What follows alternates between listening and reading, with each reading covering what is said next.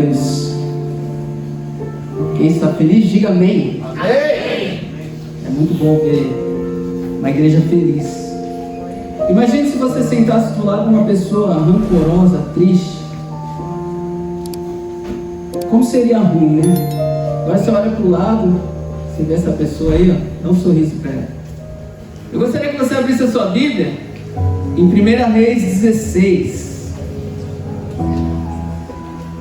Para nós iniciarmos. Glória a Deus. Antes da gente ler, eu gostaria que você pensasse que a nossa vida ela é feita de fases, de processos. Sim ou não? Sim. Vocês estão comigo? Sim. A nossa vida é feita de fases e processos. Amém? Amém. E essas fases, esses processos que nós enfrentamos ao decorrer da nossa vida, elas têm como finalidade nos fazer evoluir, nos fazer ensinar algo. Só que sempre nós aprendemos, sim ou não? Quem se habilita a dizer que sim? Levante sua mão. Quem se habilita a dizer que não? Quem não quer falar nada, levanta a mão.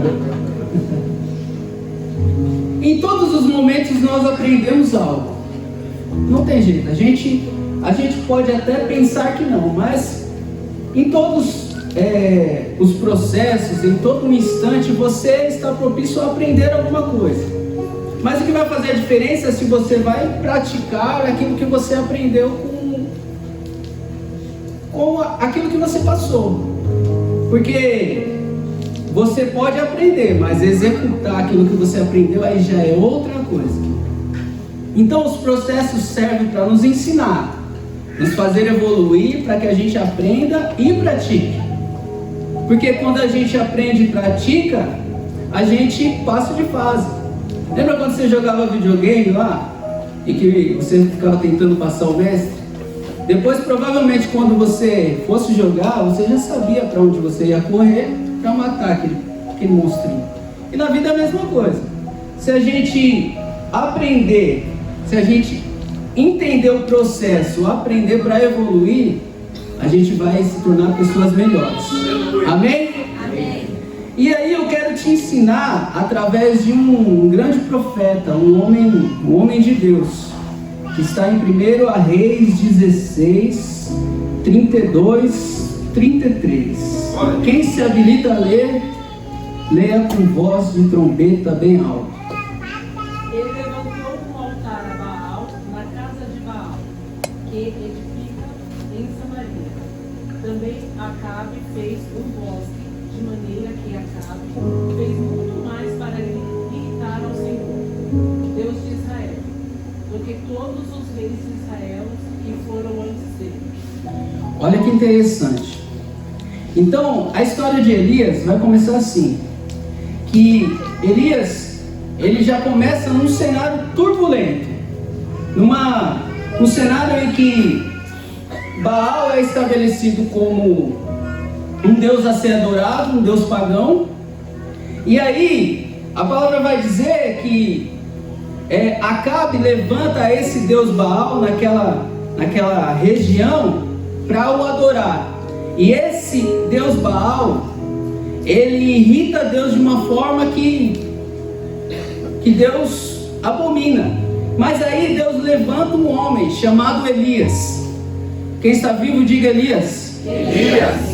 Eu quero te fazer ficar acordado hoje, não dorme não. Essa palavra vai mudar a sua vida. E esse homem de Deus, esse profeta, é levantado com uma finalidade: ser o porta-voz de Deus para acabar com a idolatria naquele momento. Olha que tremendo. Você sabe para que você foi chamado? Se você sabe, diga amém. Amém. Se você não sabe, Deus ele vai te fazer entender o porquê que você foi chamado através dessa palavra. Então Elias, ele tinha como finalidade e como uma missão na terra ser o porta-voz de Deus e ir contra essa idolatria. Mas é fácil ir contra a idolatria, principalmente naquele tempo? Não era fácil. Mas Elias, ele foi chamado para mudar a situação.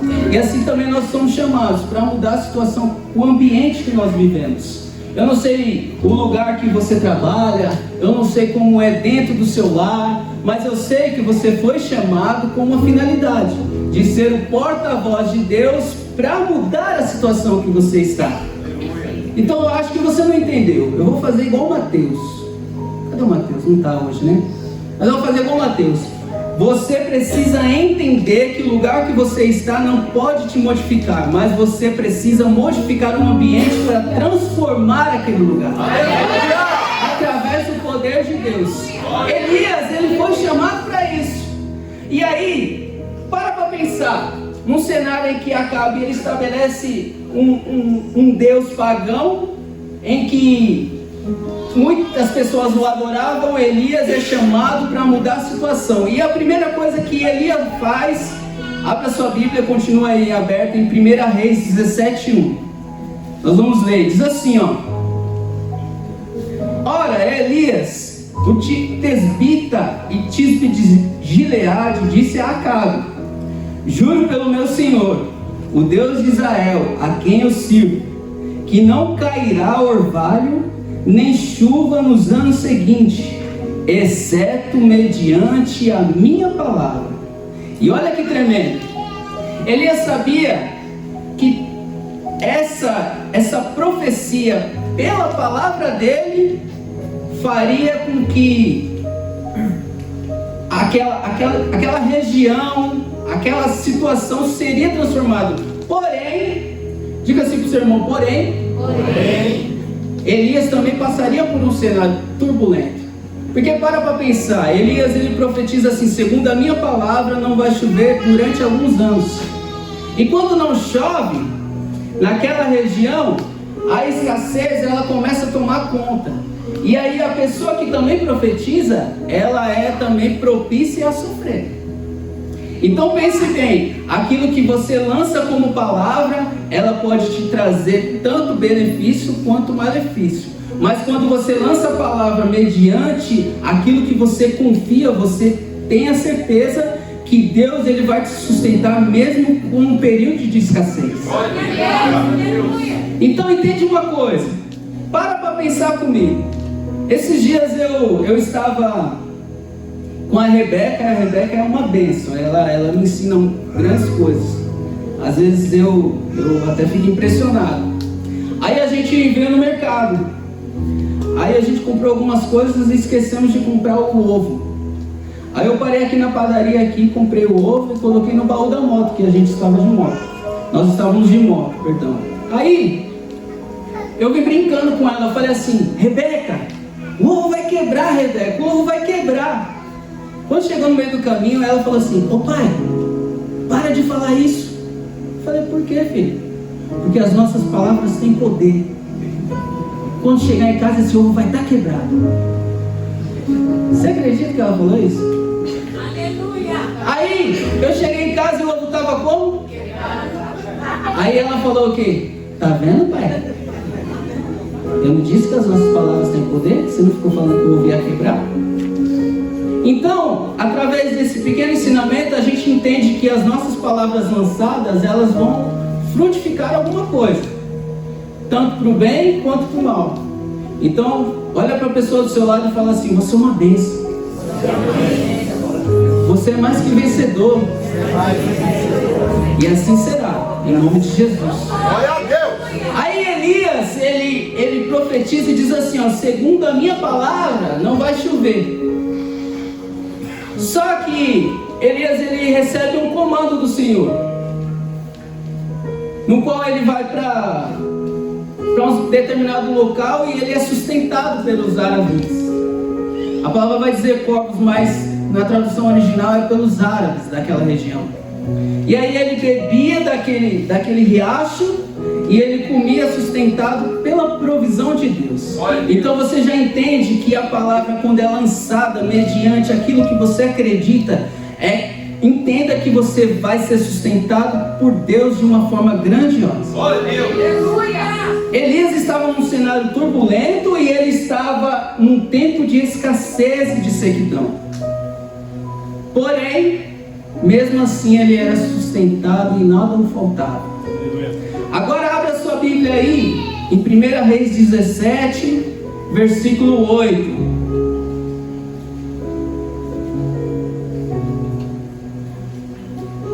E diz assim: então a palavra do Senhor veio a Elias: vai imediatamente para uma cidade de Serepta de Sidom e fique por lá.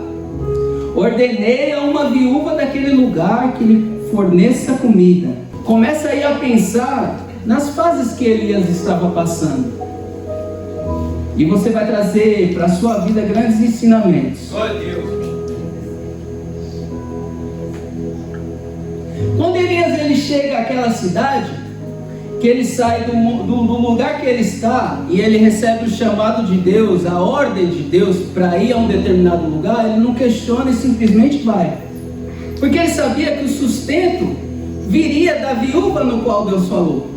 Então, eu não sei aquilo que Deus te prometeu, eu não sei quais são as promessas do Senhor, mas se Ele te enviou e se Ele te prometeu, Ele vai te sustentar, Ele vai te abençoar. Aí quando Elias sai daquele lugar e ele chega à região em que Deus o ordenou, a gente já imagina: poxa, eu vou sair do lugar e Deus me ordenou ir para um determinado lugar, eu vou ser sustentado por uma pessoa que tem uma condição, né? Porque a gente só imagina coisas boas. De repente eu chego lá, estou conjecturando, tá? Porque eu pensaria assim. De repente eu chego lá e essa viúva, ela tem grandes posses, ela tem grandes bens, e ela vai me ajudar. Mas quando ele chega lá, ele vê que essa viúva, ela estava numa situação deplorável. E aí, para pensar, como uma pessoa que não tem condição vai sustentar aquele que foi enviado. Mas aí você precisa entender uma coisa: Elias, ele sabe muito bem qual é o propósito e a finalidade dele. E eu vou te dizer que a finalidade de Elias também é a nossa finalidade. Quando Elias sai para ser sustentado, ele entende que Deus, ele não só traz o sustento para a pessoa que ele o mandou, mas ele traz o sustento para a pessoa também que tem passado por necessidade. Porque se Deus enviou Elias, ele sabia que aquela viúva precisava também do sustento do profeta. E aí Elias chega àquele lugar e diz assim, 1 Reis 17,14, acompanha comigo. Pois assim diz o Senhor, o Deus de Israel: a farinha na vasilha não se acabará, e o azeite na botija não se secará, até o dia em que o Senhor fizer chover sobre a terra. Ou seja, quando aquela mulher, ela recebe o profeta, ela deixa até mesmo para o seu filho, para receber o profeta, ela entende também que esse profeta traria a provisão. Então eu não sei como as pessoas te enxergam, não sei como as pessoas te veem, mas quando as pessoas elas te avistarem, elas precisam entender que você é o agente de milagre. Você é a pessoa que vai trazer a provisão. Porque aquela mulher poderia ter dito assim para o profeta: eu não vou fazer isso para você porque o meu filho tem a necessidade de comer e eu não vou deixar o meu filho passar fome. Mas aquela mulher entendeu que o profeta traria também a provisão para ela. Então, as pessoas têm que ver em você o brilho do Senhor. As pessoas têm que ver em você a provisão do Senhor. E quando você chegar e quando as suas palavras forem ditas, o milagre precisa acontecer em nome de Jesus. Então você já está entendendo mais ou menos qual que é o seu propósito. É trazer a provisão de Deus para uma pessoa que muitas vezes não tem mais a expectativa de vida. Porque aquela mulher naquele momento disse assim, eu vou fazer um pouquinho de comida para o meu filho e certamente morreremos. Mas quando o profeta do Senhor ele aparece, a situação ela precisa mudar em nome de Jesus.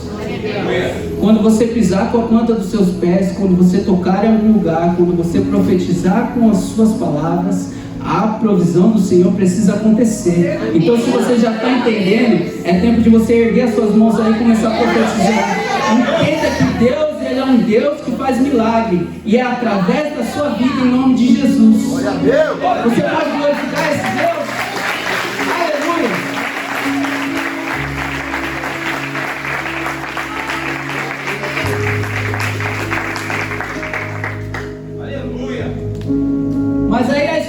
Elias não acaba por aí. Elias, nesse acontecimento, ele ainda continua naquela região.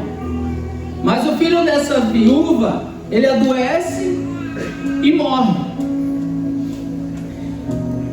E lembra que eu falei para vocês que as pessoas precisam ver em vocês que vocês são agentes de milagre?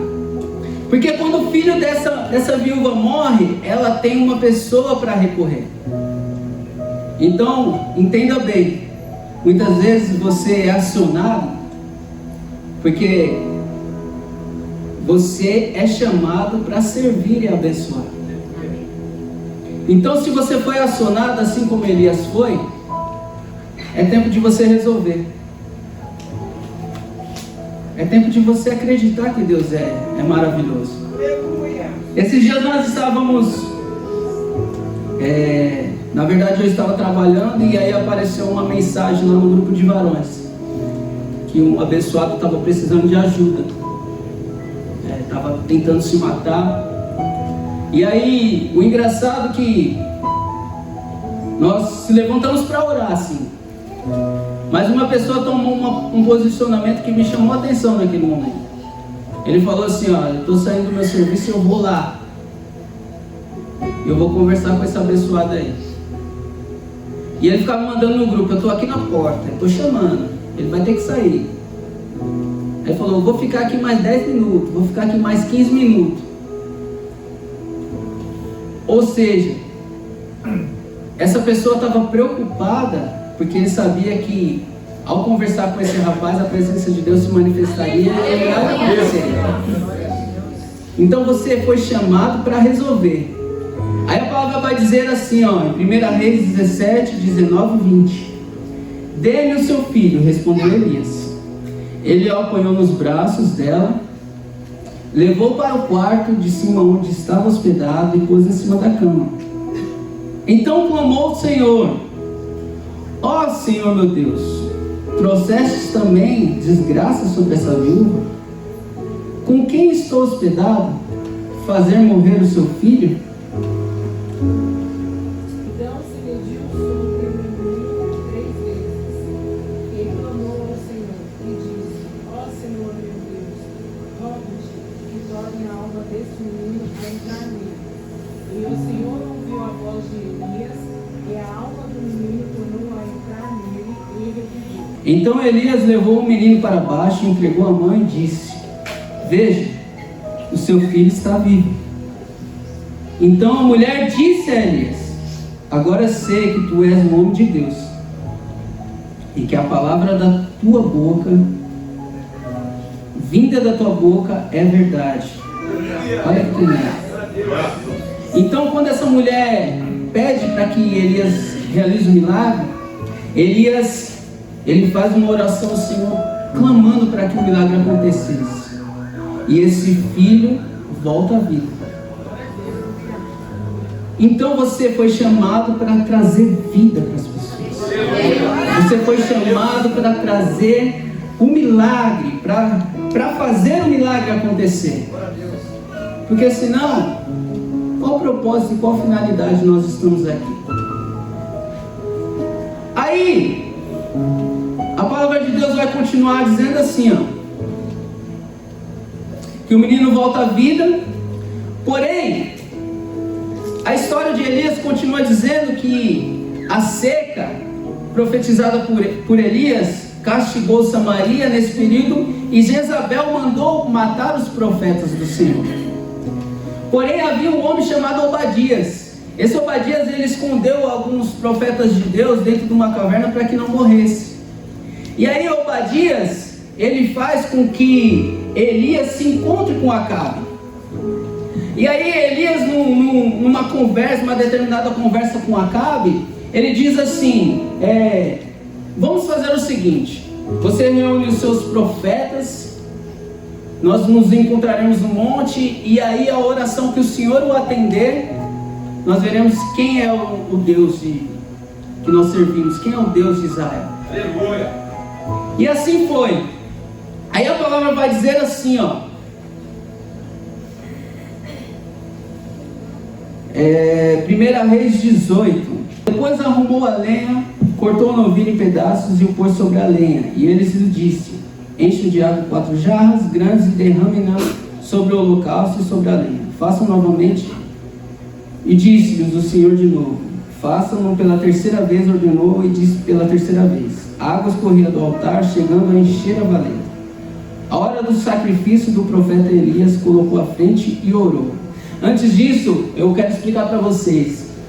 Esses profetas, eles clamavam ao Deus Baal para que o milagre acontecesse, para que o fogo consumisse o altar.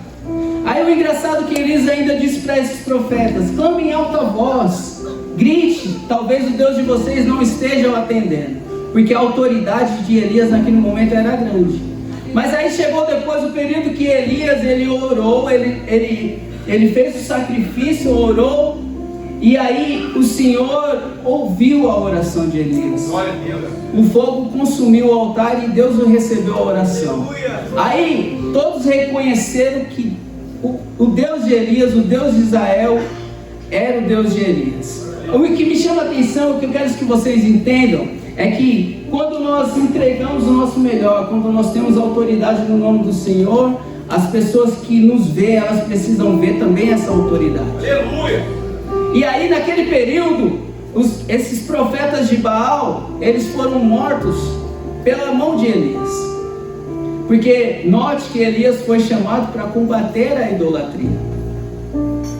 Porém, nem tudo são flores. Diga para o seu irmão: nem tudo são flores. Nem tudo é um mar de rosas. Nós vimos que Elias, ele era um homem de autoridade, um homem chamado por Deus, e ele tinha muita autoridade. Após esse relato, ainda Elias faz uma oração e a chuva cai novamente sobre Israel, para vocês verem como que era a autoridade de Elias. Mas aí chega um período na vida de Elias que o desânimo e a frieza começam a dominar. E eu não sei como que você está, se é na fase de Elias cheio de vigor, cheio de garra para vencer. As suas palavras, elas têm poder para transformar. A sua vida, ela é cheia do poder de Deus, e as pessoas têm notado isso. Ou se você está numa fase ruim no qual Elias se encontrou. Porque a palavra vai dizer assim, que Jezabel ouve aquilo que Elias estava fazendo, e aí ela manda um mensageiro ameaçando Elias, dizendo: amanhã você estará morto pela minha ordem. E aí o que me chama a atenção, que como um homem tão poderoso, um homem de grandes fé, um homem que já fez tantos prodígios, agora se deixa amedrontar, desanimar por uma palavra.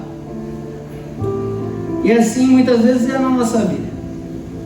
Muitas vezes você já passou por tantas coisas, Deus já te fez conquistar tantas coisas, você já abençoou tantas pessoas, mas quem sabe você está nesse lugar e você não está naquele ânimo que deveria estar.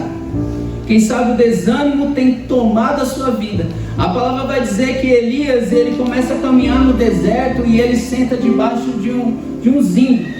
E aí ele diz assim ao Senhor: peço que o Senhor me recolha, eu peço a morte, porque eu não sou o homem ao qual o Senhor deseja.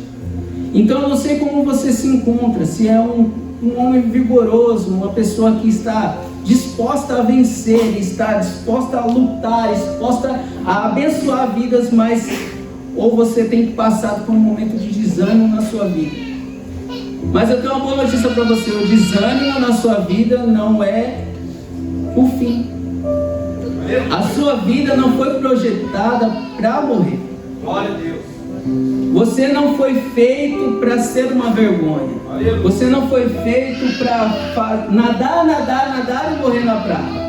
Você foi feito para ser um instrumento na mão de Deus. Então, se você está nesse momento de desânimo, é tempo de você confiar que Deus, Ele vai te levantar novamente. Deus, Ele é poderoso fazer levantar daquilo que você tem passado. Aí a palavra continua dizendo assim, que Elias, ele pede a morte e aí ele deita e vai dormir. Porém, o anjo do Senhor o acorda e fala assim, ó, levanta, come e bebe, porque a sua jornada não acaba aqui. Ou seja, Deus tem te dito agora, levanta, come e bebe da tua palavra, porque a sua jornada não acaba aqui. Não é tempo de desanimar, não, levanta. Glória a Deus.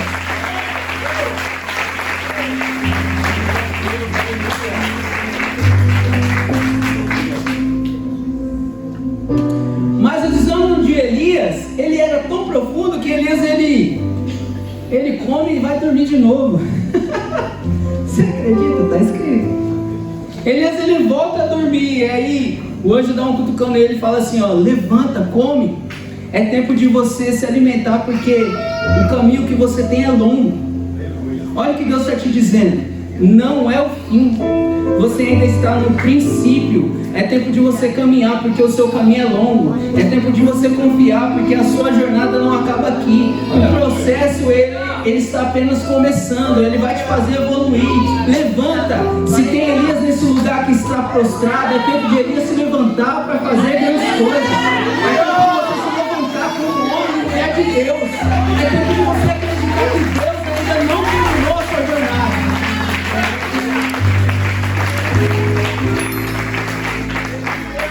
Agora você entende muito bem para que você foi chamado.